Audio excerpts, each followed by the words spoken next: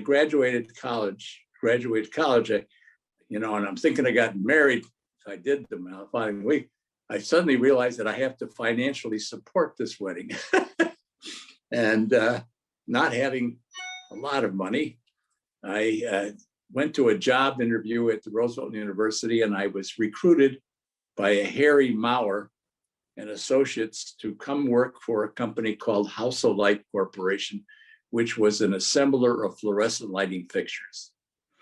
And I worked with them for 5 years and gradually became the assistant to the vice president, who was really the owner that ran the company. And I told him, I'd like to do something. I graduated school in industrial engineering. And the reason it was industrial engineering is because when I graduated high school, my dad had already started at a liquor business. And he said, why don't you come into the business? It's a great business. We're making money and you'll be able to take over. And I said, I don't want to be in the liquor business. It's not my style. He says, what are you going to do? I said, well, I'm going to become an industrial engineer. This popped right out of my head.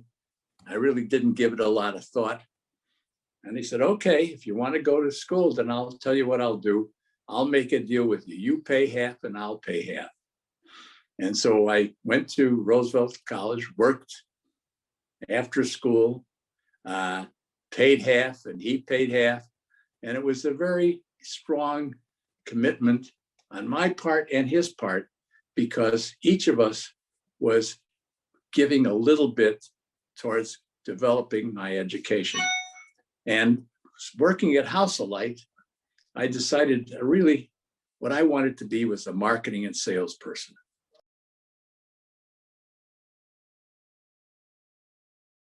And so I had a company that I used to buy product from out of New Jersey called Adam Metal Products.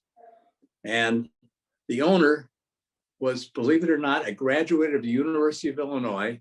And so he said to me, Bill, I'd like to do with you is I'll give you $100 a month as a subsidy, and I'll put you on commission. And whatever you earn beyond the $100, will be yours.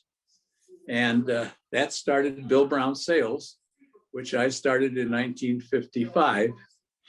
And the business is now run by my two sons. And I have two grandsons in the business. It's been very, very successful. I started another company called ALP Lighting Products when in 1972, several of my biggest companies that I represented said, you're making more money than we are. So we'll literally want to terminate you. And I then started ALP, America's Lighting Professionals. And I'm very proud to say it was a very, very rewarding business. I loved being a salesman. And my wife was a great wife and a great mother. And between the two of us, we have a wonderful family that I am very proud of. So that's basically the story of my financial efforts, etc. And here, as I sit at night, I retired, by the way, at 88 years old. 89, Dad. 89 years old. I'm corrected by Randy. So, yeah.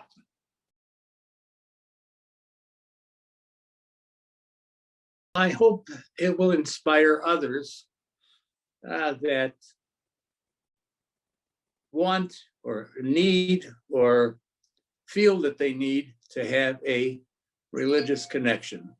As I told you, my economic background was the Depression. So my father's whole thing was survival. And that became my mode too, is to survive economically. But once you get beyond the economic, then you want to get into the philosophical. And that's where I think belonging to a congregation, listening to the rabbis relate to you about how religion applies to your current conditions has all been a wonderful growth experience for me. And obviously, I miss my wife, Norma. But she would say the same thing, that we both loved not only the religious experience, but the educational experience as well. And it's been a wonderful journey for us. And we hope that it'll be the same for other people similar to ourselves. I'm very, very proud of the way that the temple has evolved, and has it been inclusive for other people